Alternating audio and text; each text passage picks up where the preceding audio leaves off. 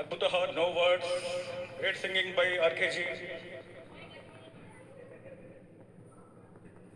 Next song is.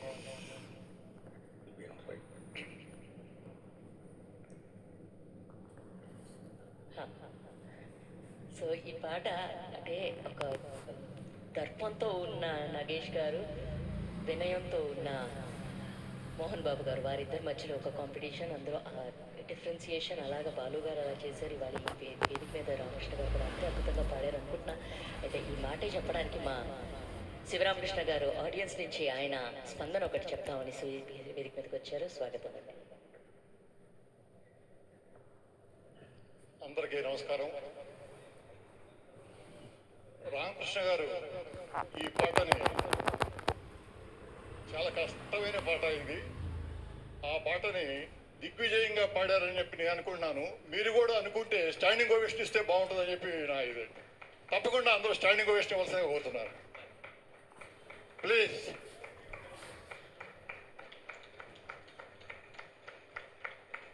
Thank you. ఎందుకంటే రామకృష్ణ గారికి నేను ఒక వీరాభిమాని అండి.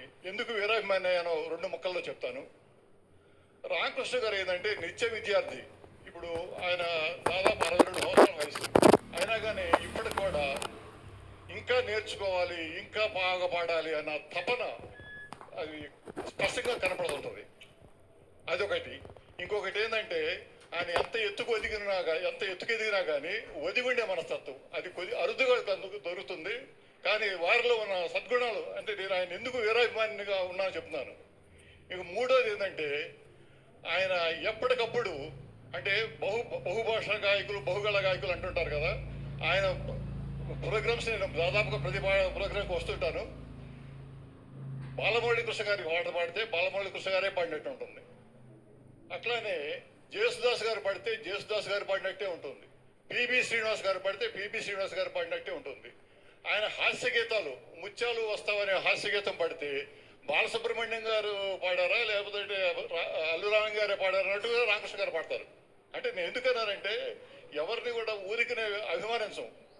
నేను ఆయన్ని అంతగా ఆరాధించే కారణం అది. Thank you.